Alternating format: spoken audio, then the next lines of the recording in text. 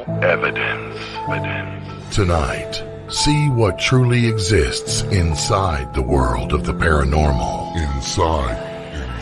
Join the discussion and review some of the best paranormal evidence captures from a wide variety of experienced and up-and-coming investigators. See and hear what they capture, where they captured it, and how they captured it. Right now on Entity Voices Paranormal Evidence.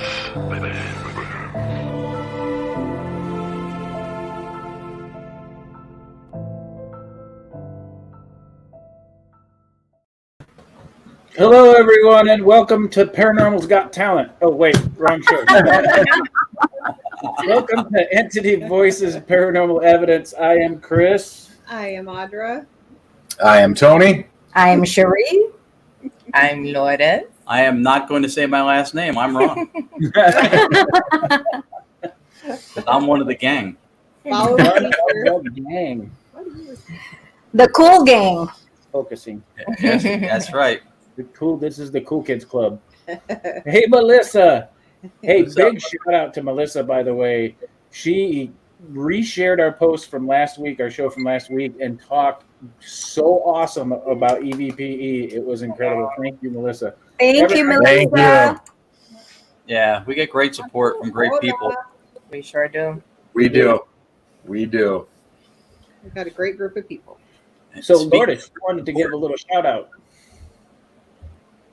Yes, we wanted to give a shout out to Paranormal Blonde. They're on at 7 o'clock on Mondays, just before us. And tonight they had Pamela Barry, who's one of the organizers of the Gettysburg Bash with her husband, Stephen Barry. So I'm going to give a shout out to Paranormally Blonde. Yes. Tune in and watch them, please. Awesome. That's Very awesome. nice. Yeah. Yes, they come on right before us on UNX. Don't forget to tune in to everybody, including our show. Wink, wink. So, we wanted to give a quick shout to John Ruggiero and Chris Theron and the team from New Jersey Paranormal who did the Parunity Expo last Saturday. They had like upwards of like 5,000 people, I think, total. The event was an amazing event. It was a huge success. It was. We ran digital seance in a closed room. We closed the exhibit 3 times, actually unofficially 4, but we had 3 scheduled to do where we did direct radio with like a seance kind of a gathering. And just in that one day, in 2 of the sessions, randomly out of the radio comes happy birthday. In those 2 sessions, and only those 2 sessions, there was one person in each of those groups that was celebrating a birthday that we did not know. Wow. Yeah. Wow, that's awesome. We had a friend who had lost a son a little over a year ago in an accident. We believe he was coming through to her when we said, "Who are you?" to me. When she asked, he said, "I can say something to the effect I could say, but it would hurt." It was very emotional. We believe she did connect with her son. I encouraged people to record the whole day. So we had a tray in front of the speaker. There were cell phones stacked all over it. Everybody was recording the session. Cool. One day I get a message from some girl who talked to me at the thing, and she thanked us so much for what we had done for them. And she gives me this story. I'm going to change the name just to be for privacy purposes. We'll say the name is William Jeffries. It was a brother-in-law of hers who died less than a year ago in a motorcycle accident. And she said it's on the recording. When they went to the car and listened on the Bluetooth, they heard it in his voice. I said, "I'll find it, but if you can send it to me." And she did. And sure enough, I don't know if it's William or Will. And again, I'm changing the name, but Will Jeffries, it is absolutely there. So we touched her as well, which was awesome. It was pretty amazing because I said, "Is someone's brother there?" Yeah, right. That's right. That's Before right. I that, said- she just said that. I Yep. just said that. Is there someone's brother there? And we didn't hear the name at the time. No. And that's when she heard it. And Fantastic. That's It's pretty awesome. That's very awesome. Last little cool thing was, I don't know if you remember, I told you last year at the expo, there was a gentleman there with a walker. He was there for a while, and then he was going to leave. He said, "Hey, if my wife says hi, tell her I said hi. All the mediums say she's around me." And we said, "Hang around, maybe she'll come through." Lourdes goes, "What's her name?" She says, "Kimberly." We said, "All right, let's see." Right after that, I heard a female voice come under the noise and say, "That's my husband." And I flipped out and walked out of the room. So Right. we didn't see him this year. But when we see a post from Robert and Sandra Bandoff from Bearfort Paranormal, he was at their table in the main room. And he wanted to turn the GL box and stuff on. So then Robert, just for poops and giggles, takes his DR60 out and does EVP in the middle of this big room. And the guy says hello to his wife, Kimberly. He plays it back and it says, "Hello, George." Meanwhile, we got George coming through the radio in the other room, and we didn't even know he was there. It's the same guy. It's the same freaking guy. Like, what is the coincidence? And Robert got a feeling. Like, out of the 5,000 people that went through, he had a feeling with this gentleman, and he pulled out the DR60 and the Geo, and he got something. Wow, it was that's fantastic. pretty cool. Same guy. Same. That's Yeah. amazing. So his wife is finding him one way or another. So, Yeah. So don't get in Right. trouble with your wives is the message, because they will keep trying. Right. They'll find you. We'll Oh, come yeah. after you. There's no hiding. There's no There's hiding. no hiding even There's after that. So thank you for letting us share that. It was so profound Yeah. the whole day with all these things that happened out of the blue, plus other responses. But that stuff just really touched us. Yeah, it was emotional. Yeah. That's awesome. The paranormal doesn't exist. No. Nah. No, that's It's all fake. It's all malarkey. Yeah. All right, guys, tonight we got a real special guest. We've got John Curley of the Harrisburg Area Paranormal Society. John was born and raised in Baltimore. He had his first paranormal experience at the age of 15. It was a UFO experience. I'm going to let him explain that to you. He started getting into paranormal investigations around 1998. He wanted to make sure that everybody knew that the Harrisburg Paranormal Society does not charge any fees for the help, and they have been helping families for over 20 years now. I'm going to let him give a little bit more information about himself, but everybody welcome John. Hey, John. Welcome, John. Hey, what's going on, everybody? Hey, Hey. John, helping people for free. We could end the show right here, and this would be a classic. That's awesome. That's the way it should be. Yes, the way it should be. Exactly. Mhm. Yeah, pretty much. I mean, I kind of learned it from Jason Halls when they first came out. He kind of started, the whole thing with not charging people, and I know the Warrens didn't charge people either, but it was kind of, watching from TV and stuff is basically where I got it from. Yeah, Jason's a nice guy too. We just saw him at the expo last week, and he's so good with his fans, interacting with people. Yeah. Really genuine person. Down to earth. Yeah. Oh yeah, yeah. I've been a part of the Taps family since its creation, I believe. He started it. Can't even remember the year he started it, but I know I was a member like a year after he started the Taps family, and then I've been with him ever since. It's fantastic. Awesome. That's So everybody's awesome. dying to know, John, what happened with your UFO encounter at 15? Yeah. Oh man, it was such a freak kind of thing. Yeah, I lived in Baltimore City, inner city Baltimore, and I was just walking down a main street, maybe 3 or 4 blocks from my house, and just happened to catch this light out of the corner of my eye, and I looked up at it, and it was this blue kind of incandescent light that was kind of like going in and out, like pulsing in and out. It was above this big oak tree, probably a couple thousand feet above the oak tree, but it made no sound, and it was real bright, and it was just going in and out, in and out. And I was like, man, what is that? And I was walking with my cousin, and I never took my eyes off of it, and I reached over to alert him. I was like, hey, look at this. And when I did that, it just took off like, phew. I mean, it was out of sight in less than a second. I seen the direction it went in, but to say like sort of like Star Wars when they go into light speed and it's just like, I mean, that's how fast it was gone. I was like, whoa. He never even seen it. He never even seen it. It took off that fast. If I would have took my eyes off of it, I would have never seen it disappear. It just would have been gone. Right. But I actually seen it accelerate and go, which was amazing. I was like, oh my God, I seen a UFO. It was amazing. It was That's totally cool. amazing. Yeah, that's pretty cool. And at 15 too, like how do you go home and watch sci-fi and suddenly it's boring? Like that's not real. Well, yeah, like I'm almost 50 years old now. So back then they didn't have sci-fi. We had like In Search of with Leonard Nimoy. So Right. Did you they tell didn't your have parents? this sci-fi. What's that? Did Yeah. you tell your parents? Good Did they question. believe you? Oh yeah, my father. I told my father, and my father was like, "That's weird because he's seen a UFO in my neighborhood too when he was a kid." He's like, "Yeah, I seen a UFO in the neighborhood too." So he said on more than one occasion. And actually, when I was a younger kid, we had some kind of a UFO experience, and we just lived in a row home. And my father my mother and father both. I was very little when it happened, but they said they woke up and the house was vibrating and like this low vibration and almost like an infrasound kind of noise. Wow. And they looked outside and the whole alley was illuminated like daytime. And my father was like looking out the window. My mother was like, get back in the window. And when she said that, the sound stopped and the light just disappeared and it was gone. Wow. Wow. Yeah. It's a weird neighborhood because there's been a lot of sightings of UFOs in the neighborhood, and it's an inner city Baltimore, which is really weird. It doesn't make any sense. Well, there was one in New York City once, and I remember I lived in Perth Amboy, and I was outside, and it was daytime, and I didn't see it, but it was like a flash of light, like 3 times went boom, boom, boom, and I'm like, what is that? And then I went inside, and I turned on the news, and it was a sighting of a UFO in New York City, which rarely happens. They don't really have a lot. So I don't know if I saw it or not, but it was weird.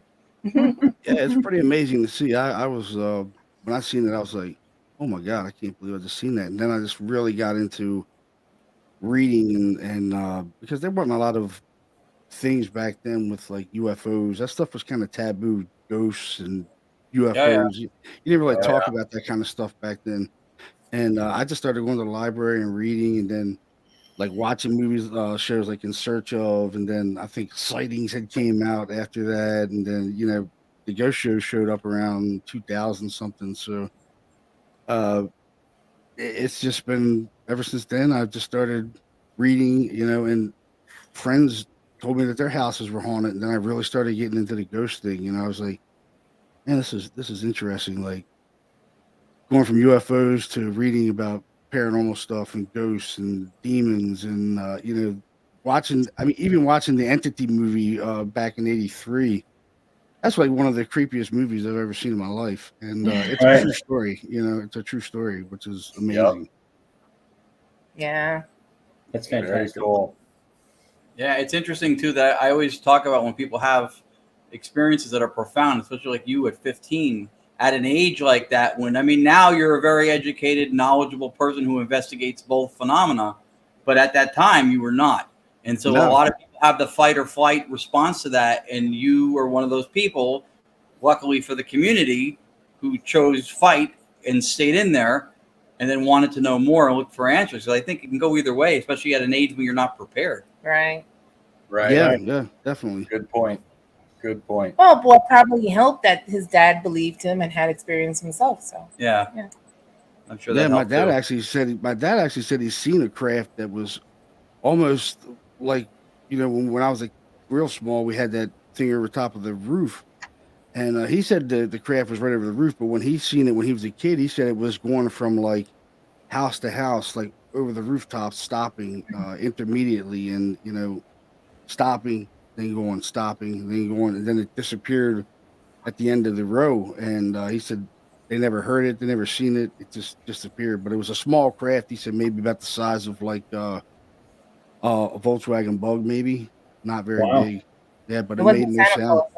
It wasn't Santa Claus. No. He said it was in the summertime, so it definitely wasn't Santa Claus. Even though that would be a phenomenon, Fair enough. It would. Santa's real.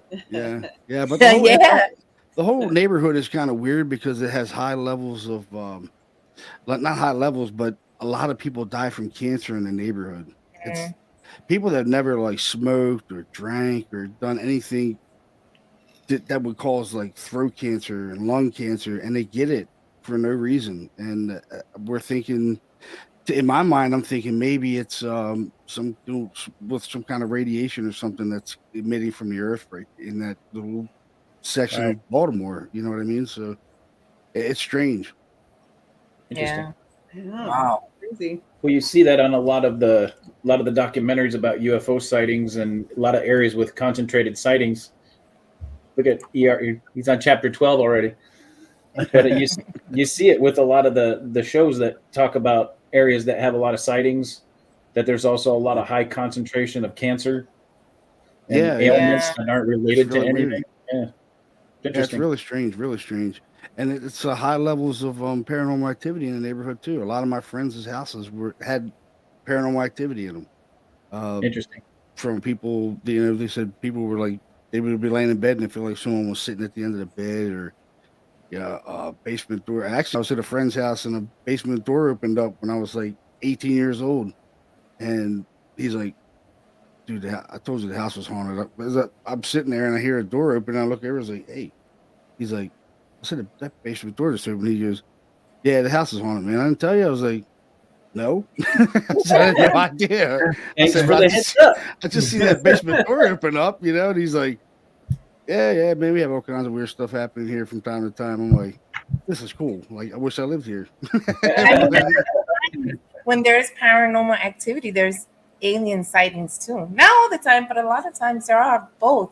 Yeah, there's an overlap. I think Yeah. I think people like you, John, are going to become more and more of a commodity because ufology, I think, has a little bit of a tighter knit sharing information community. I think paranormalists a lot of times have a, hey, am I on the next show? More so than, here's some evidence. Let's discuss peer review, etc. Not everybody, but I think it's a little more cohesiveness in the ufology community. But when you can have a foot firmly planted in both, when there is correlation between the two, in my opinion, it's just an opinion, I think it's going to be a commodity. I think it's going to be important going forward to be able to be versed in both.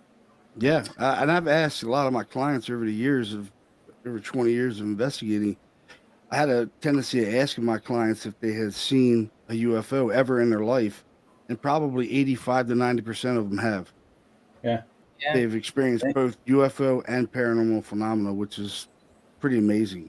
But one guy actually thought I was like being smart with him. I was like, he was telling me about the activity in his house. I said, let me ask you a question. Have you ever seen a UFO? And he said, are you being smart with me or something? I was like, no, I'm asking you a legitimate question. Have you ever seen a UFO? And he goes, yes, we just seen one probably like 3 months ago on a cruise ship in the Bahamas. I was like, wow. I said, I'm just trying to see if there's some kind of correlation between people seeing UFOs and paranormal phenomena. And a lot of them have seen it. A lot of them seen the UFO. Yeah. Which is weird. Yeah. Interesting. Really weird.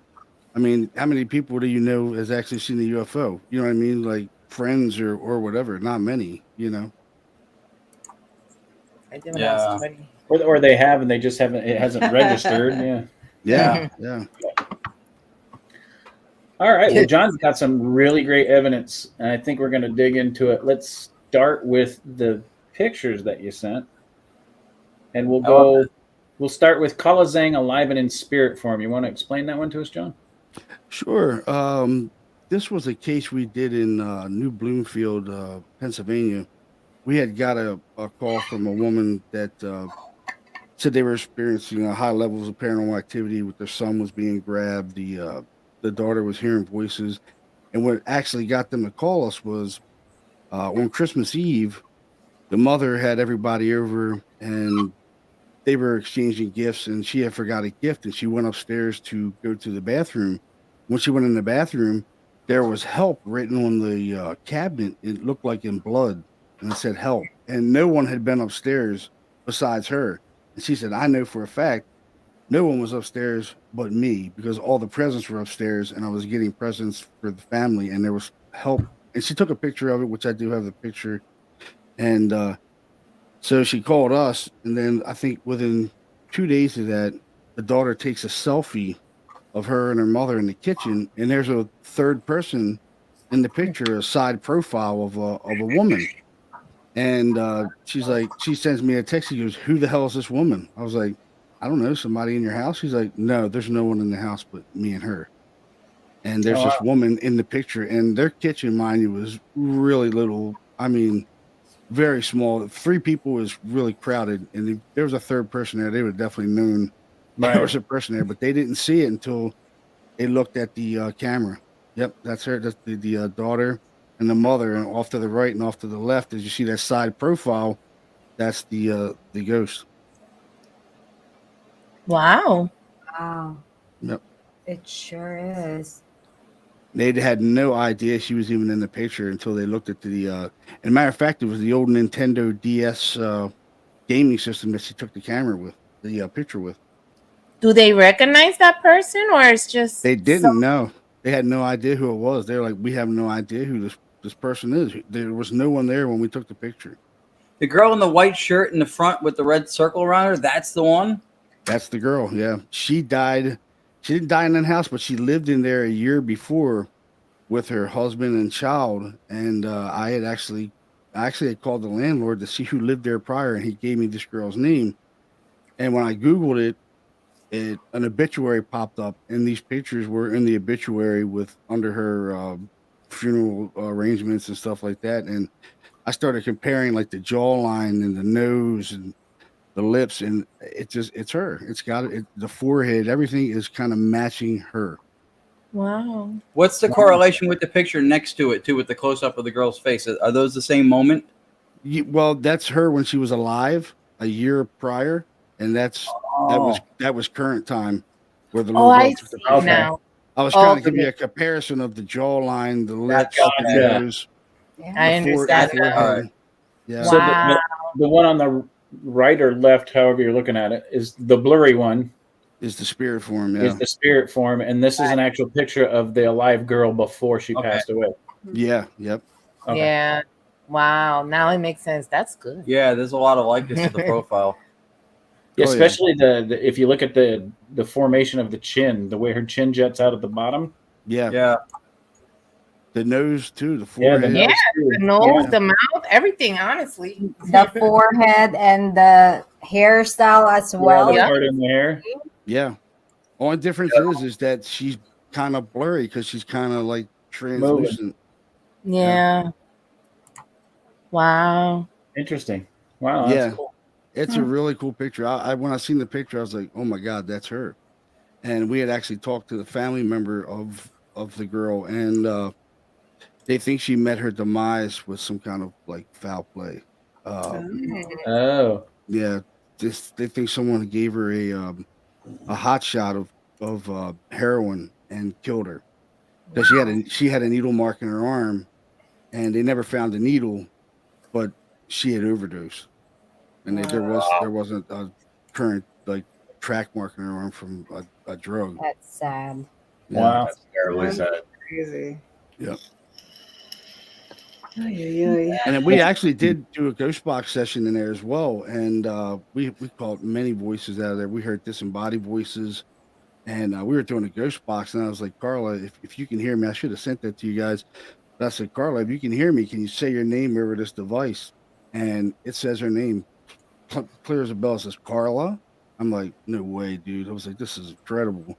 They were saying a lot of help, like help, you know. You get that a lot in cases. You get a lot of help me's and get outs, and that's kind of typical in investigations. You get a lot of help me's. I don't know if it's like a purgatory kind of thing or what that is. You know, well, I always ask how can we help you, but I never get a response back, so I don't know how to approach that. Right. Yeah. It's the area to approach. It's like inside. A lot of times, those people will say, "How can we help you? We're not here to hurt you." And then I'm going, "Well, how could we really hurt them? I don't. Right. Yeah, I might hit her, and that'll get me in trouble." Yeah, exactly. You know what I always found interesting in 12 years of listening to EVPs and knowing everything that we've caught. You're absolutely correct. Some of the absolute common ones are help me, get out.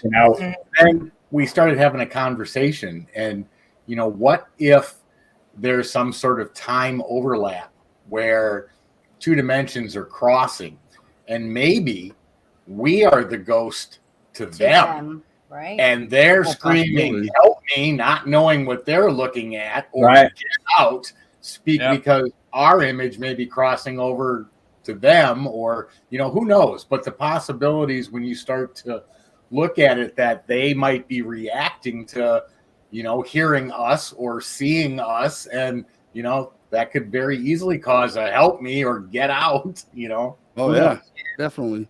Right. It's pretty interesting. I mean, I in all the investigations I've done, probably close to 1,000 investigations, and I think in every investigation I get more audio than I do video or anything else. You get more audio Yes. way more than you do video. You get the Oh, video, yeah. it's like it's a gem. You're like, I Right. finally caught something. You know what I mean? But it took me 10 years to catch something on video, and the first Right. video I catch is that black mass video that I caught. It took 10 years for that. That's why we love EVP, Entity Voices. But I mean, EVPs are always Plugging. much more prevalent than anything else. Video is, it took us, what, 10, 11 years I to know, catch to our catch- first really Yeah. good one? 10 Oh, years yeah. for me, yeah. Well, think about it. That residual sound that we caught at Tala of the lobotomy happening. If I would have just had a camera in there trying to catch something and Not gonna wasn't using a happen. digital recorder, I never would have caught that. Yeah. Yeah. Yeah. It may have Sometimes something to do people- with the ability for sound to transcend compared to, visual Video. imagery and the supernatural data, for lack of a better term, and how it's able to transfer or be, detectable for us. And maybe it may be an easier thing on the audio side. Well, Yeah. if everyone truly believes that it takes energy for, a spirit to manifest or a human to manifest that don't have their meat suit anymore for us to see them, Right. it's logical that sound is a lot less energy expelled than trying to actually form a mass so you can actually see and determine who it is and what it is. You know what I mean? No, Yeah. that's true. Yeah. That's true. There's a lot of schools of thought think that's why when you see apparitions, a lot of times you don't necessarily see feet or even hands because that's not necessary to identify who you're looking at. Yeah. Correct. Right. Yeah. Good Yeah, point. I mean, over the years, you've kind of try to figure out what's going on with EVPs, and for a long time, I thought maybe it was tracks being overlaid with each other, and it's kicking into the voice recorders. But then I got new recorders, and I'm catching voices, and I definitely figured out over the years that they use a lot of reverberal noises to talk too. Not only your sound waves, you're just talking in between each other. They use those sound waves to manifest EVPs too. Like you'll Right. be talking to a friend, or you'll be talking in an investigation, and you'll hear voices over yours in the investigation. You'll be like, "Whoa, dude! I just like heard a voice while we're talking." And even like the sound of a car going by. The That's tail end of the car going by. Shoo, I've caught voices in that Yep. reverberal sound.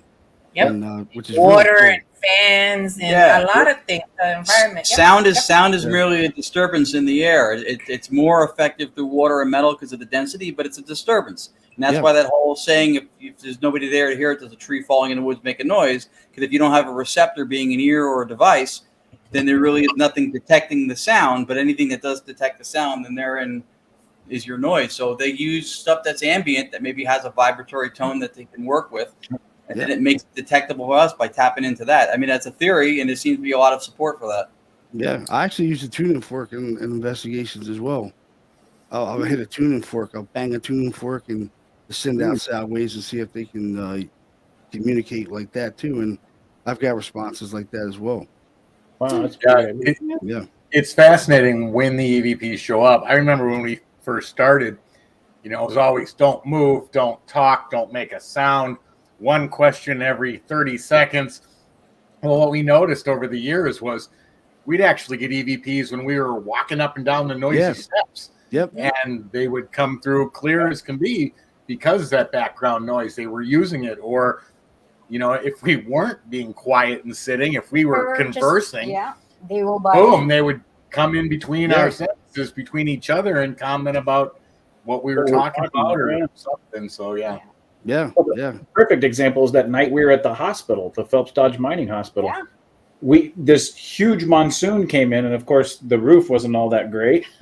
So we're on the second floor, and there's literally a waterfall coming down one of the walls, and there's just water rushing everywhere. The storm's going on outside, and we literally thought there were people on the first floor. Yeah. And I was at the time, I was still with the sheriff's office. I think so. Yeah. So at the time, I happened to carry with me. We were all upstairs, and we heard voices downstairs, and I literally went, "Everybody stay here." And I switched from paranormal investigator to law enforcement mode, and I went down and cleared the first floor, and there was nobody in the damn building, but it sounded like there was 4 or 5 people down there. It sounded like absolutely, and it did not sound it sounded like real people in the building. I mean, Yeah. it Right. was that clear. It was that, but no one had entered. Wow. Yeah. Early EVP used white noise for audio support before direct radio voice Yes. evolved to embolden the possibilities. One of the best pieces of evidence I have ever seen for a white noise emboldenment of EVP, and Tony, I don't remember the name. Was it the San Carlos or the Diplomat? Was that clip that you have that has more EVPs in one clip than some people get in 5 years?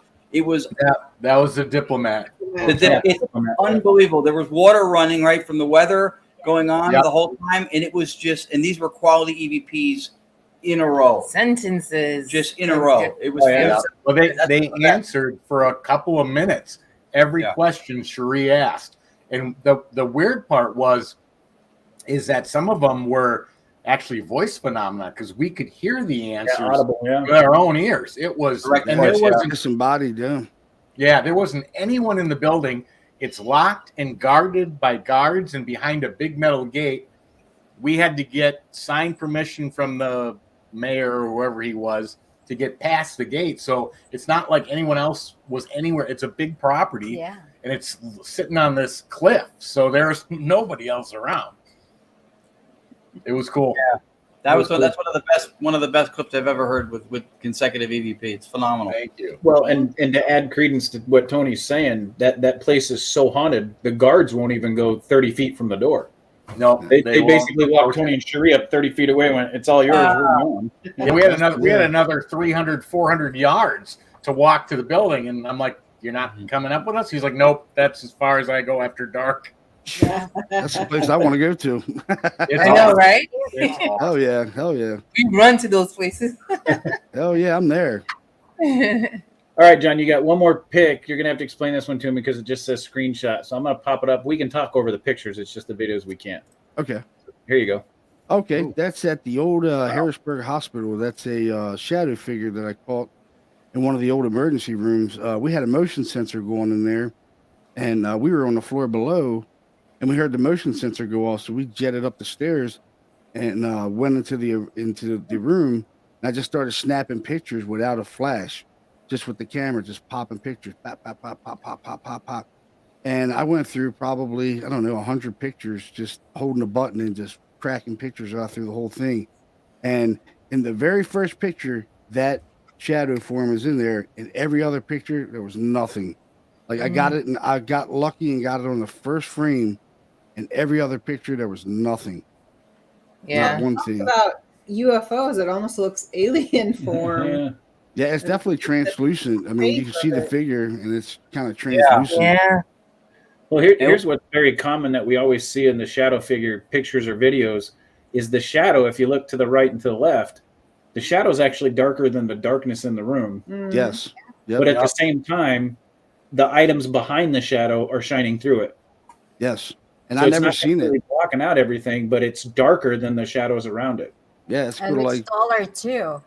yeah, it's like they say shadow people are darker than the night. So, I Right. mean, and I've seen probably 4 of them in my career doing this, and I'd never seen that. I just started taking pictures, and it was in the picture. The first picture, I was like, "That is wild. Why isn't it in any other picture? I don't know why it's not in the other picture, but I got it on the first one, which was amazing. And I stood in the same spot and just started holding the trigger down, just just banging through pictures. And I didn't even really notice it until I started highlighting the pictures with a program, and I highlighted the picture and I seen it in there because you couldn't really tell, they were so dark. And when I started highlighting the picture, it was there. I was like, "Whoa!" I said, "There's a shadow figure in that picture." Like I did not even see it. Yeah. And It's the it- first one. If it was Yeah. the first one, he tripped the wire. He was like, "Oh shit!" And then you took the picture, and then he did it. That's on the first one only. He hit the booby trap. And there's like, "Oh, you got froze," you know. Yeah. Oh damn. I didn't think we were going to be up there that fast, but we got up those steps pretty quick. Yeah. That's right. That's Yeah. really cool. Yeah, Yeah. Harrisburg always do Hospital was more when pretty you're- cool. You can always physically do more when you're paranormal investigating until the next day. Yeah, exactly. But that place is pretty cool, Harrisburg Hospital. I think Ghost Hunters has been there, Ghost Lab. Nick Groff was just there. I've been there a couple times, and it's really, really active. Pretty cool place. I don't care what anybody says.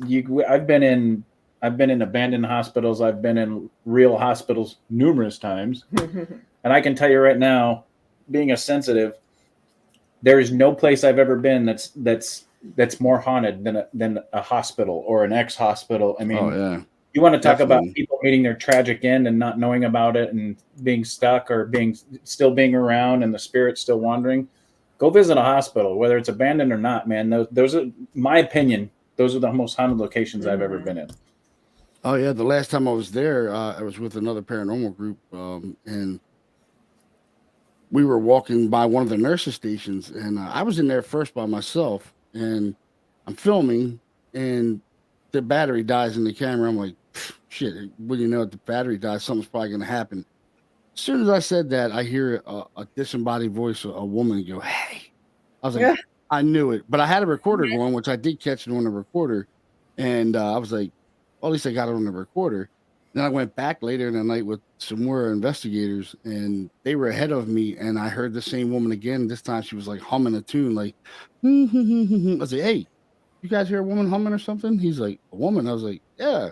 And we were all guys. And they're like, nah, I didn't hear any woman humming. I was like, dude, I got it on the recorder. I heard it too, out loud. It was right by the same nurses station again. I was like, this area is hot right here, man. Like, there's a lot of. I don't know if that's residual energy or EVPs, but the hey definitely was a disembodied voice, and so was the humming. I heard it out loud, and it was pretty cool. Very cool. Wow. That's cool. So you guys want to see John's 6-minute awesome clip first? Sure. Yeah. All right. This is a good clip. Put it on. Well, everybody kick back, relax. There's no sound, but keep your eyes open. This is a phenomenal clip. Here we go.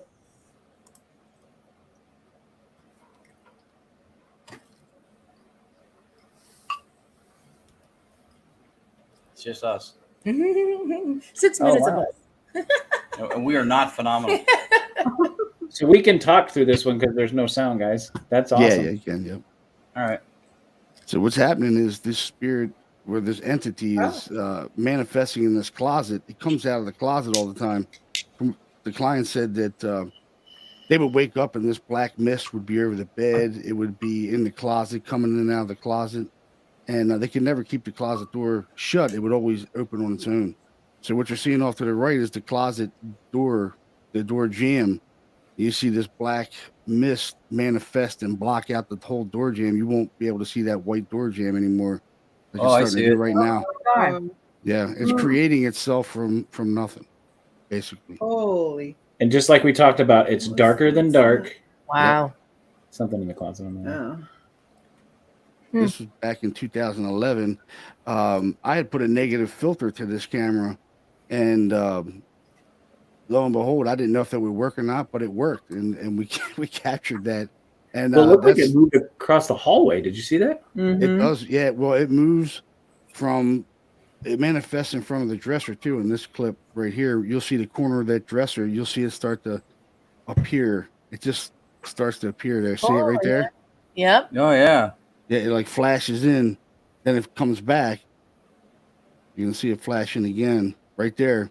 Now it starts to manifest, goes down toward the floor, and goes back to the closet. It's going to start moving across the floor. You see something come out of the closet there? Yep. And now watch. Right now, it's going back to the Oh, closet. look at that. Mm-hmm. You got more than one in that, John.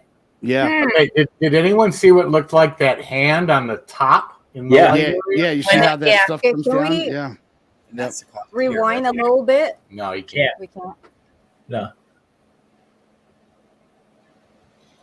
And this is with the older camera systems, the old DVR systems that we had. Those cameras sucked back then, unfortunately. I hated them. Yeah, I was gonna say that's So here it is. Slow down, Sheree. stationary DVR, right? Yeah. Now watch the top of that dresser. You'll see the hand form, almost like it's pushing off of it. So this is half speed. Yep. I slow it down to half speed so you can really see how it's manifesting. Look at that. What's a trip is the one that flies out of the closet. Yeah, you see that? And yep. Yeah, there's another one later in the clip that comes into the room.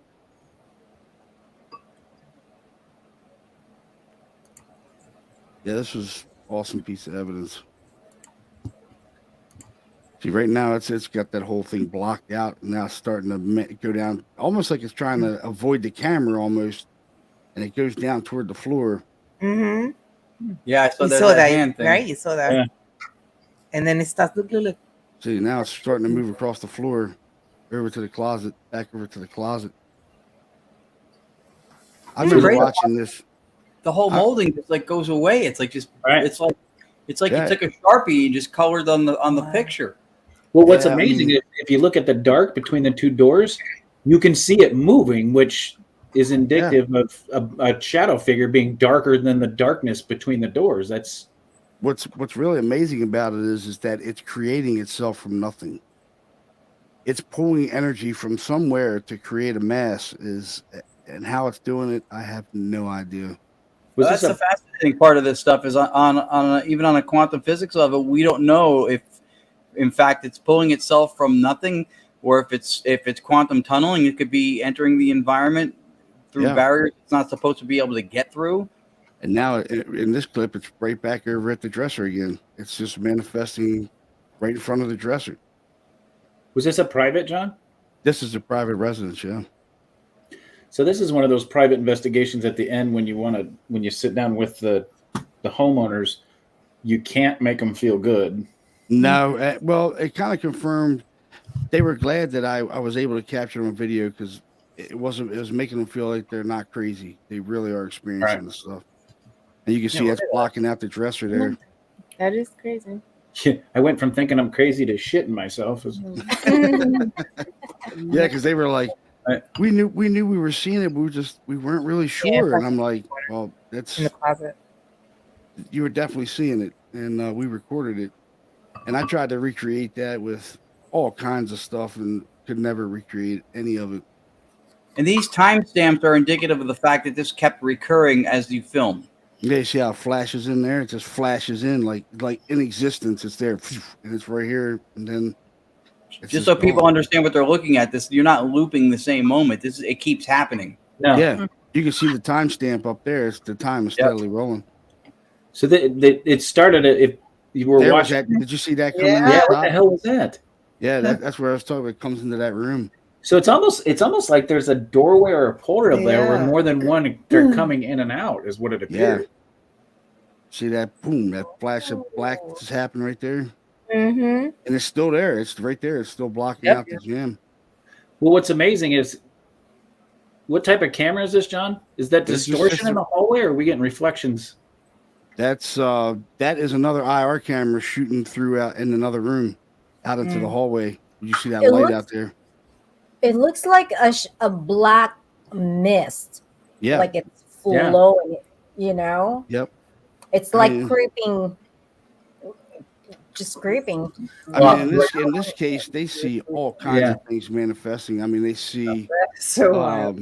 they see a 7-foot figure with red eyes. They see a little boy dressed in like denim clothes with a red shirt, but he has no face. The one experience that she had said, the son never wanted to sleep in the bedroom. Don't blame him. 'cause he- Yeah, I wouldn't he, either. he was afraid. So she slept in his bedroom with him one morning and one night, and she woke up. She said she woke up around 2 to 3:30 in the morning, something like that. And the room was real cold. And when she woke up, this 7-foot figure was at the end of the bed, staring down at her with like glowing red eyes.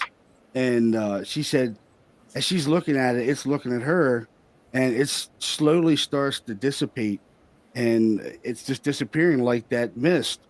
And she said the last thing that left were the eyes. The eyes stayed until the very end, and then they just blinked out of existence. I'd almost venture to say that she's got some kind of a doorway going on there because Yeah, there's some crazy stuff going on there. we had activity in the hallway on top of the shadow figures going on in the room itself. That was woo. Yeah, I mean, she's been pushed down the stairs. Now her youngest daughter is being pushed, and it mimics your voices. It's pretty intelligent, whatever's in the house. You It's used highly the word. intelligent. You just used the word now. So how long ago was this? You said this was 2011. Are they Yeah. still in the house? They're still there. Yeah. Wow. Are they Did still you having guys try to go back and see what's going on again, or Yeah, if it's I've still only been occurring? I've only been allowed to investigate it twice, and she just called me. I've investigated it twice, and it had tons of evidence in both cases, and she wanted me to come back over the past weekend, but then she wound up getting COVID, and I couldn't go back and investigate more because I'm trying to get the church involved. Actually, Yeah. I'm talking with Bishop Long now, and trying to get him involved to come out and maybe possibly do an exorcism, but to try to get some normalcy back to these people because there's no normalcy. It's been no normalcy for over 10 years. They've lived there Right. for 12 years, and there's no normalcy going on in the house. They're constantly sick. Uh, it's like it's just draining their energy. They're being attacked. The husband's been attacked. The wife's been attacked. The daughter's been attacked. Uh, I sat in that closet where it came out of in the second investigation, and something poked me in the middle of the back, like took their thumb and like jabbed me in the back. I jumped up out of that chair. I was like, "Whoa, man!" I was like, "Dude, there's definitely something in this closet. Like something is with this closet. I don't know what it is." Wow. It's That's a long time for them to be Yeah. dealing with that. yeah, Well, and it's draining them down. It's draining them down. And I want to point something out to some of our viewers because a lot of people will say, "I don't understand. Why don't they just leave?" Now can't. imagine, we're blue collared people. I mean, most Yeah. of us live paycheck to paycheck, and you've got all your money. What extra money you did have, you invested in this home. You can't just pack up and leave. The bank's not going to go, "Oh, it's haunted. Never mind. You don't have to make your payments." Yeah, Right? yeah. That's So they're exactly still financially responsible for this house, Exactly. but yet they can't afford to go somewhere else, especially in They're stuck. today's market. Yeah. Yeah, they're stuck. Yeah. And it's the activity Because it's really not guaranteed. What if it goes with you? Yeah, there's no guarantee. Yeah, if there's you no move it, guarantee. You've gotten Exactly. around it. If it's Yeah, and- attached to Them rather than the them, house. Yeah, right? and now it's kind of focusing. It was focusing a lot of its interest toward the mother, but now since the daughter is moving into being a teenager, it's kind of focusing on her. She's hearing her mother's voice being mimicked. She got shoved down the stairs 2 weeks ago, so now things are starting to really increase activity wise. So she just said she's had enough of it. It's been 12 years of it, and it's enough. Enough is enough. Yeah. Do any of them have any gifts or anything like that, or is just happening? Well, it's Shelby's she's had paranormal experiences her whole life, so it's kind of like some places are haunted, but sometimes some people are haunted, and it's not a particular location, it's the person that is creating phenomena itself. Right. Like a poltergeist kind of thing. Right. It's like you get this certain person into a location that's throwing off maybe high geomagnetic fields or high electric magnetic fields, and it's kind of like a catalyst for almost like you're hitting a positive wire to a negative wire, and it makes that spark. It's making that connection. Boom, and paranormal activities happening, and I think that's what's going on in that house. I think someone prior to them maybe was doing some stuff with Ouija boards and things like that, and opened something up. And with her coming into the house and having these kind of abilities, it's increased the activity and the And manifestation. now with the daughter, because usually, not usually, it could be hereditary. And now that the daughter is getting to a certain age, that's why maybe now it's focusing on. I mean, who knows? It's all theory, but you know, It's an emotional vulnerability might be presenting itself now. yeah. Yeah, True. it's pretty crazy. Well, and judging by what you say and the stuff that's going on, it doesn't sound like a normal haunting, and that's not something like somebody like us could go in and do a saging and a blessing and help them proof out. it's That's gone. definitely Yeah. a situation where you got to get the church involved because that's pretty gnarly. Oh yeah, But- it's But pretty weird. people who do what John does is critical now, and I'll tell you who put the spotlight on it was Cherie, because when you don't know the origins of what the activity is, you can go through the trouble of getting out. Let's say they sell the house pretty reasonably quick, and they go somewhere else, and then it's with them or with an object or something that stays with them. Then they haven't solved anything. So what you do and what you can offer to them, that's why that's critical now, even before the church comes in. Because If you can identify the nature of the haunting and the activity, then you can figure out what the next move would be, and that would be fruitless to do that if it's going to just continue in another house. Well, and if everybody's paying attention, the list of stuff that John gave us is they got shadow figures, they got stuff moving, they've got doppelganger voices going on, they've got red evil-eyed shadow figures standing at the end of the bed. It doesn't sound like there's just one. And you might be able to move out of that house and leave half of it behind you, but I guarantee you're taking half of it with you at least, or at least a quarter of it with you. So, yeah, that's not something you can run from. That's something you got to face head on and deal with it. That's why identifying the source is critical. What Cherie asked and then what Lourdes asked about the abilities are two things that factor into whether or not just leaving is going to help. Right. No, I don't think so. No. Hey, real quick, guys. 2 announcements. One, at 9:57, UNX is going to step to the next programming, but we've still got some evidence to show of John's, and we don't want you guys to miss it. We'll still be live on YouTube and Facebook. But unfortunately, Cherie and Tony have an appointment, so they're going to have to step out for the rest of the show. Yeah, we're thank gonna you. And sorry we have to leave early, but John, it was great talking to you. We'll have to do this again, but you guys enjoy the rest of your show. We'll catch it on the rebroadcast, John. And have a good night. Good luck. Thanks, Sharon. Bye, guys. See you guys. All right, so let's start the show over again. I'm Tony Rathman. You just moved up to the Rathman spot. I can't do the charming thing like him. I tried. Doesn't work. Yeah, John, promise me you won't give up on that case, because that one takes a lot. It takes a lot to give me the chills. I walk locations by myself, and it doesn't bother me one bit. That video just sent chills up my spine, man. They're dealing with a shit ton. Oh yeah, in that house. I've been with them since 2010, and I told them, I said, you know, a lot of investigators probably would have bailed out on you by now. I said, but I tell you, I treat all my clients the same. I'm with you until the end, whenever that is. If it takes forever, then I'll be here with you forever. It doesn't really matter. It's just how I roll. I want everybody to look at John. That's a true paranormal investigator that does privates. Yep. If you're going to get involved in private investigations and you're just there to catch the evidence, you're involved in private investigations for the wrong reasons. Yeah. We're here to find the evidence that's going on, try and determine what's causing the haunting, and then we reach out if we can't help and find somebody that can help these people. We don't charge them. This is their life. That's right. That we're dealing with. You have to think about it. You go in there, you do what you do, you stir up stuff, and now you living your life nice and peaceful. And these poor people have amped up, activity that you probably stirred up, and their lives are all turmoil, and you're having fun on the beach or whatever. You don't do that to people. So please, absolutely right. This man you need to look up to and do what he does. That's what you're supposed to do. Yeah, most of my clients, I've had them for years, and their houses are still haunted, and I still go and help them as much as I can. If they want me to come out there just for support, that's basically what I do. Right. If you need me to sit out there while you sleep, that's what I'll do. I've done that plenty of times where they slept and just stayed awake and make sure everything's okay. They're not going to be harmed.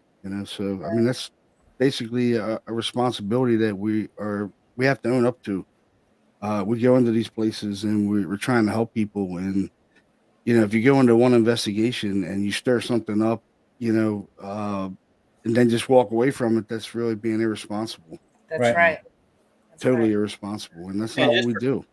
For clarity's purposes, too, stirring it up does not necessarily mean acting like an ass and provoking. Your presence. Yeah, just our presence your there. Inquisitive nature of being there is enough to do it sometimes. Yep. You've been introduced into the environment where they may not want you to be, especially if they know your purpose. So, right.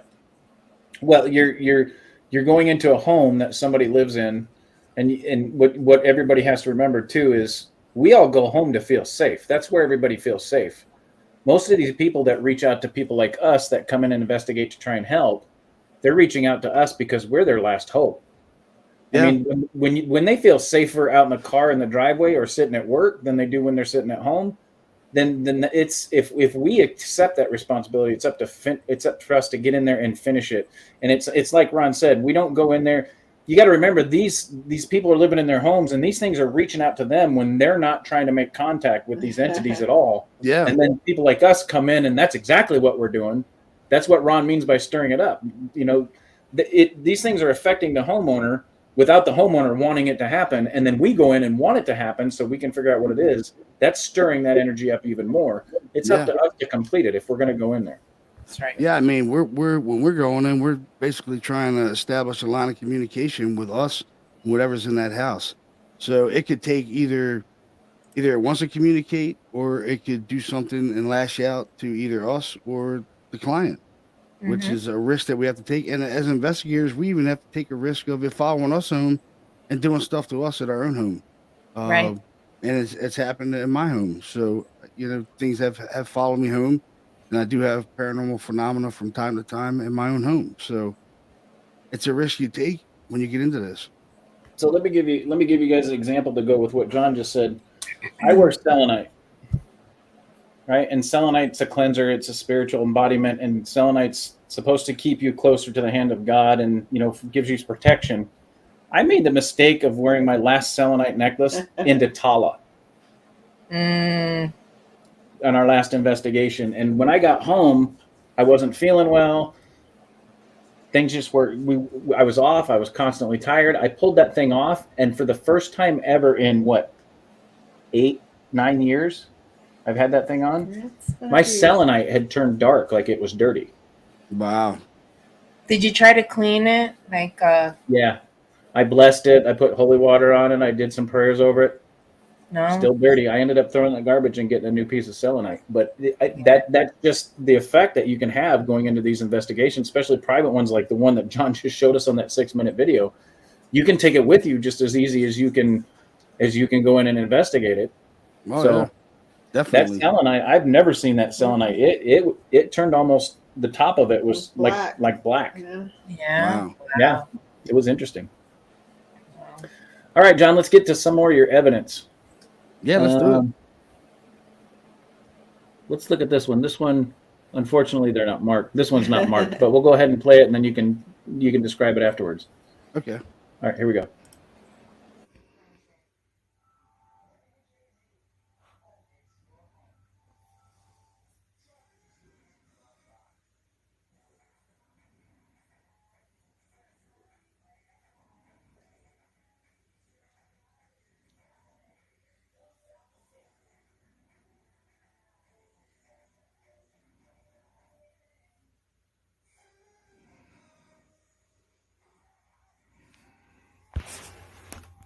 The opening right there, they would see like these sparkle of golden lights and hear voices and You'll have to giggles start and- over, John. When there's audio, we can't talk over it. So Oh, go okay. ahead. I'm sorry about that. Oh, yeah, the video. you're Yeah.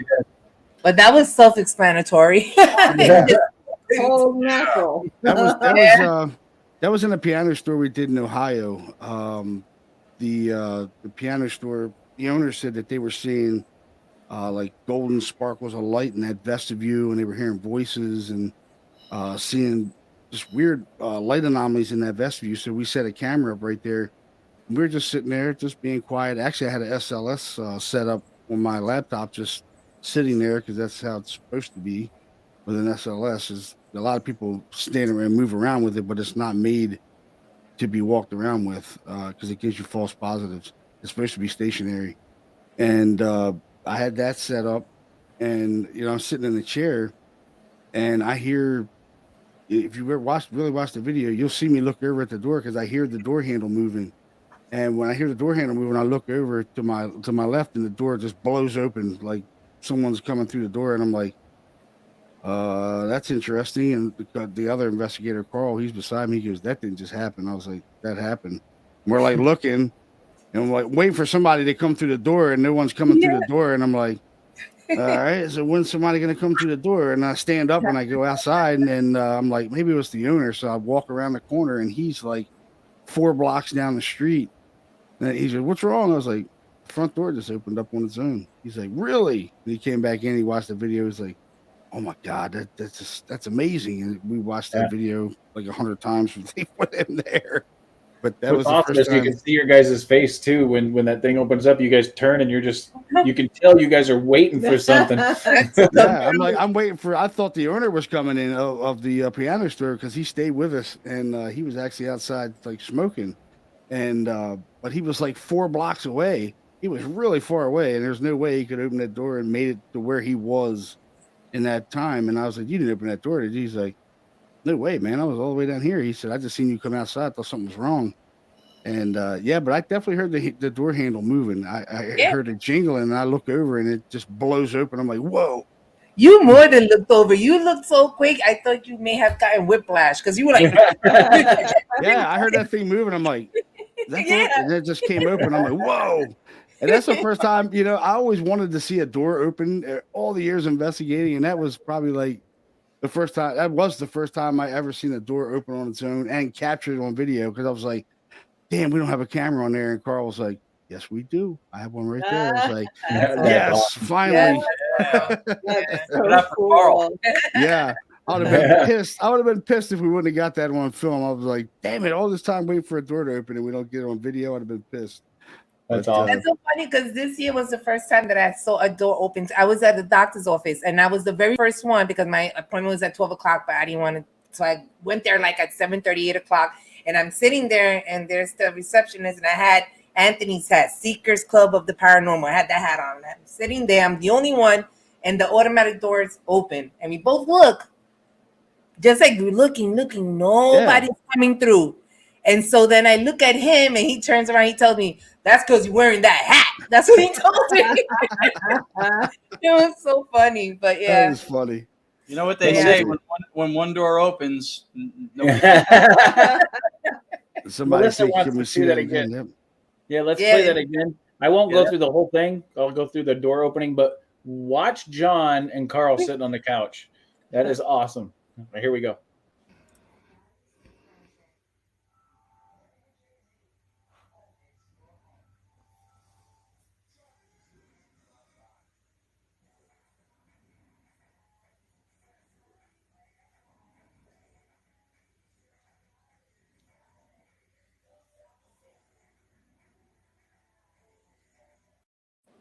That's just awesome. Yeah, you can see John turn his head when he hears the doorknob moving, and then nothing happens, and he goes back, and all of a sudden the thing kicks open, and they both like just waiting for somebody. And then you see John going like this, like, is there somebody coming in? Yeah, I'm like, there's somebody out there. I'm like, that door. That's what Jan Carl goes. Maybe the wind blew it open. I was like, no way, dude. I heard the door handle moving. Like I could hear it jingling. It was one of those old piece of junk door handles. I'm like, hey, there's no way the wind blew that open. It was shut. You know. That's cool.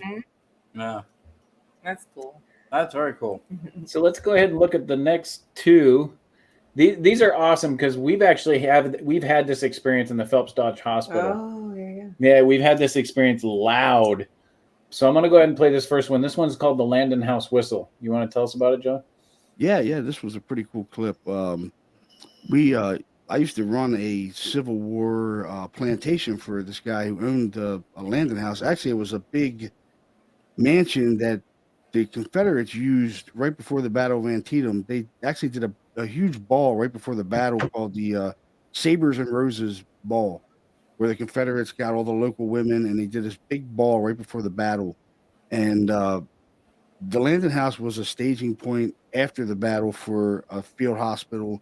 They brought all the injured in, the dying, and it was a makeshift hospital. And it was a girls' academy. It was a lot of things over the years. It was built in like 1754 on the Rappahannock River, and it was disassembled and brought to Frederick, Maryland, and reassembled and put in Urbana, where it currently sits. And probably one of the most haunted places I've ever investigated in my life. Just disembodied voices, shadow figures, footsteps, banging. Disembodied voices, light anomalies. It has the whole thing. It has everything you could possibly want out of investigations. And they've actually seen Civil War soldiers on the grounds. I never seen any in the 5 years that I ran it, but I did see shadow figures and plenty of disembodied voices and this whistling. One night, I used to like whistling Dixie as I walked through the mansion. And one night, I'm whistling Dixie, and I hear a whistle response back. I couldn't really make it out. It was kind of at the far end of the mansion. And I said, well, I go home, I'll listen to it and see if I caught it, because I did have static recorders throughout the whole mansion. I have so many static recorders. And So I went back, I listened to it, and I heard the tune. I said, damn, that's not with Dixie. It's a totally different tune. And I said, well, when I go back, I'm going to whistle that tune and see if I get a response. So I go up to the third floor, which was probably, I thought was the most active, was the third floor. And I go up to the third floor, I whistle that tune, and I'm not kidding you, the next room over, it whistles it back. Exactly how I whistled it. I'm like, maybe that was an echo. I mean, in your mind, you're like, you're trying to give a rational explanation. Yeah, maybe that was an echo.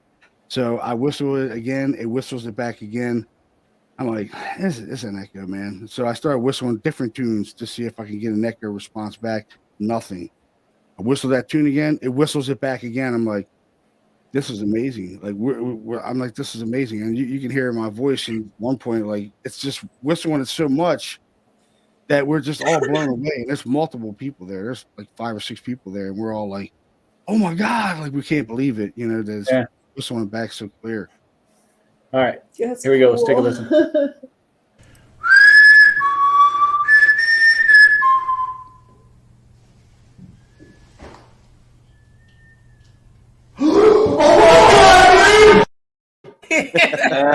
That is freaking awesome. Yeah, that is awesome. It loves that tune. I would have never heard it if I wouldn't have had a static recorder out, and it caught that tune. It whistled that tune itself. I didn't whistle that. I didn't make that tune up. That's what I heard on the recording. Was that tune? Play it again, Chris. Yeah. Play it again. Wow. All right, here we go.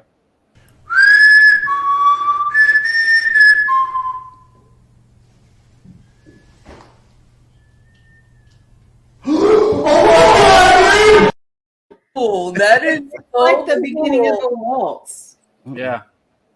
Like I recognize the tune. I think. It's like the beginning of a waltz. Yeah. Oh my god, that's so cool. That time. Here's what's amazing. They did it again. Yeah, it did it again. Yeah. Here, let's listen.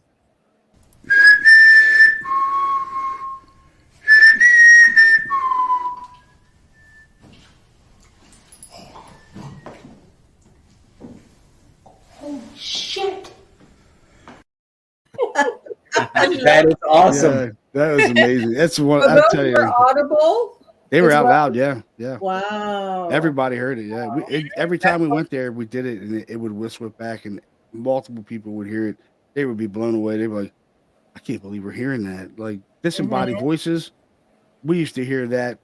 Oh my God! Every time I went there, we heard disembodied voices, moans, footsteps, shadow figures. I had Chip Coffee there, and they did Psychic Kids. They did an episode of Psychic Kids at Landon House actually, and I think I came there like 3 days after they filmed, and we seen a shadow figure out on the front porch with a woman that was a total disbeliever of ghosts or anything. She wanted the owner. She talked to the owner about doing a paranormal investigation with me. I was like, okay, I'll take you through and do a private investigation. So we're sitting on the couch, and we're looking out the front window, and this shadow silhouette passes the front window, like glides across, and she's like, oh my God. I was like, you seen that, right? She's like, that was a woman. It would look like a woman in like a bonnet and stuff. Yeah. And I got up and ran to the front door to where it was heading, opened the door. It was nothing there. But we both seen it. It crossed the front window. We were like, I seen it. I didn't say a word. I was just looking. I'm like, oh my God. And then she's like, oh my God. And I was like, you seen it? She's like, yeah. I was like, sweet. I was like, that's great. I was like, sweet. I'm glad I wasn't the only one that seen it. I was like, yes. So that whistle one hits home with me though, because when we did the Phelps Dodge Mining Hospital down in Ajo, Arizona with Tony and Cherie, we were all down there one night, and it was about 2:00 in the morning, maybe 12:30, 1 o'clock, somewhere in there. And we were all on the second floor. And every now and then, when the activity would die down a little bit, I'd stand in the hallway and I'd go, and just to see if we could get a response. And we were all four standing there one night, and I did that, and it came back just as loud. And I had the recording, but it was during the move to North Carolina. A bunch of my stuff got lost, but I had the recording. You can hear all four of us go, holy shit, did you just hear that? Yeah, it's amazing, man. It's amazing when you catch that. Yeah, well, what was awesome is there was a time I took my son and his fiance down there, and we were kind of prepping because we did tours down there for paranormal, for people that had never done paranormal investigations before. And we were there at 10:30 in the morning, and I did the same thing, and it came back again. And my son's eyes got about this big, and I thought his fiance was going to run out the building. It was fantastic. It was fantastic. That's awesome. He's scared. He scared his daughter-in-law. It was fantastic. It was well, that was the day too. It was 10:30 in the morning. We were blacking out some of the windows on the second floor, so because the tours had to come in before the paranormal groups came in at night. Yeah. And sometimes the sun wasn't down, so we blacked out a section of the second floor so they could have the experience of a dark area that they could investigate. Yeah. And we were standing up there taping up one of the windows at what was it, 10:45 in the morning, and we heard one of the screams come from the end of the hall. Mm-hmm.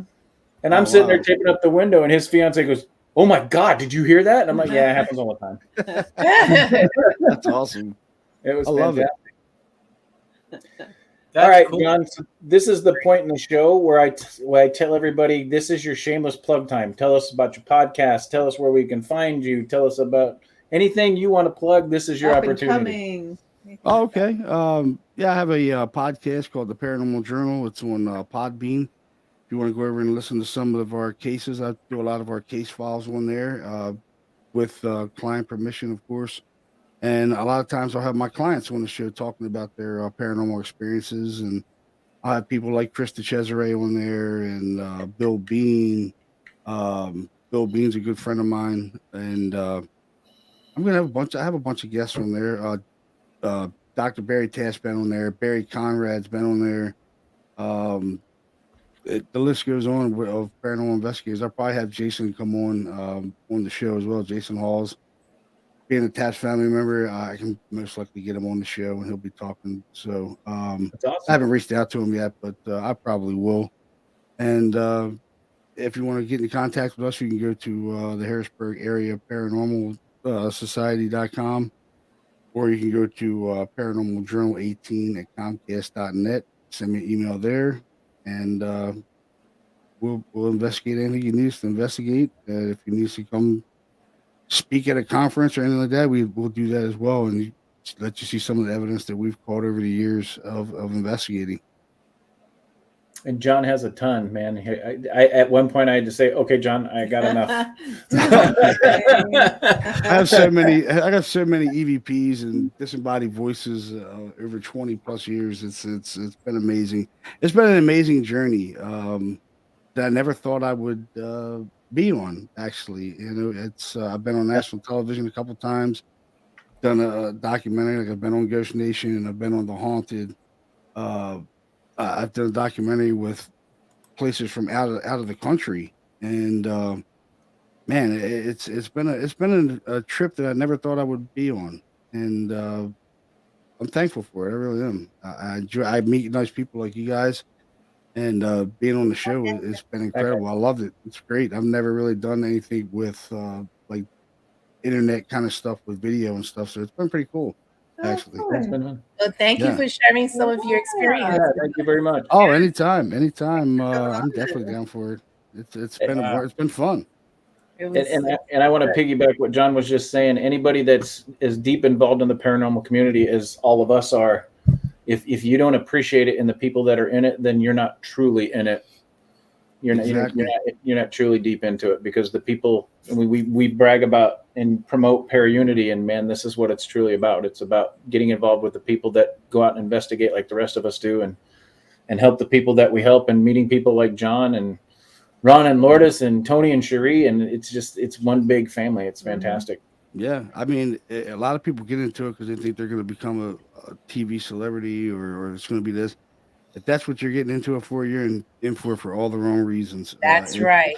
If an opportunity comes along and you can get on a TV show, hey, good for you. You know what I mean? That's the thing. If you're in it for the wrong reasons, it's not going to happen. If you're truly doing it for the right reasons, you know what? Those little bonuses will happen, because the universe will reward you. But if you're doing it for that, it's not going to happen. It's not going to happen. Yeah, you have a lot of people that do a lot of false things, and I've seen it a lot over the years. You got a lot of paranormal groups that go out there and they do a lot of really bad things in houses, and it causes really bad things to happen. And it's it's not good. I mean, you got to be professional and be responsible in what you do in this stuff, because That's right. ultimately you're dealing with other people's lives. Right. You know, you're going home, they have to live with this thing. We don't have to live with it, they do. So, you know, you want to be very responsible and respectful to their feelings as well. You know, we take the risk, but they take a bigger one, you know. Those are traits you have regardless of what you do. You know, how you do anything is how you do everything. Right. And if you don't have integrity and self-respect and consideration for other people, you don't have it whether you're hunting ghosts or hunting wabbits. Exactly. Yeah, wabbits. Exactly. My father said it to me best. God rest his soul. Man, he said it to me best. He was my hero. He said, "You know what? You can say whatever you want to say, but your intention shows your integrity." Oh yeah, definitely. That's right. Definitely. I've never had a client say a bad thing about me. I believe that. I believe that. We spent an hour with you, and I believe that. Yeah, I do too. Absolutely. Thank you guys. I appreciate you for having me on the show. It's Not a problem. Hey, we got one more question for you, John. They want to know how they can reach you on social media. Oh, on social media, you can go to John Curley. Just type in John Curley. You go to the Harrisburg Area Paranormal Society on Facebook, and you can reach me out on there as well. All right, guys, we want to say thank you to Scott Riddick, Anthony Simonelli. How you doing? Courtney Peterson, Melissa Blackman. Man, she is just awesome. I know, she's all over. Who else we got? Katie Holte had Katie joined Holte us. jumped in. Everett jumped in. Yeah, I can't forget Everett. We'll see him this weekend. I don't want to hear any shit from him. Imam Paranormal Joe. Is that her? Yeah, earlier? I think Carrie might have jumped in because it always shows up as Facebook user. Facebook, yeah. Yeah. And for everybody watching Southern Piedmont Paranormal, Spirits of the Southeast, and Southern Entities will be at the USS North Carolina this weekend. So we'll have a show in the future with some evidence that we captured there. It has been nice having all of you guys on. Thank you again, everybody, for watching every week. We will be back here same time, same channel next week on Monday night. Thank you, John, again. Thank you so much for coming on, bud. We really appreciate it. Great evidence. It's been fantastic. No problem. I'm glad I could do it for you guys. Yeah, and it's always, Courtney Peterson also. Courtney Peterson is like huge Sorry, supporter. Courtney. She's great. She's fantastic. She's been great. But John, it was a pleasure meeting you. It was a pleasure having you on. It's nice to see more people with unity and integrity in this field. It's nice to see. Awesome. Thank you, guys. I appreciate it. All right, guys. So if you ever get up into the Gettysburg area and want to hook up with John because you want to catch some shadow figures coming out of a closet and down the hallway, you have to stay haunted. Yeah. All right, haunted guys. House. Call me. We'll see you next week. Good night. Good night, everybody. Good night, guys. Good night.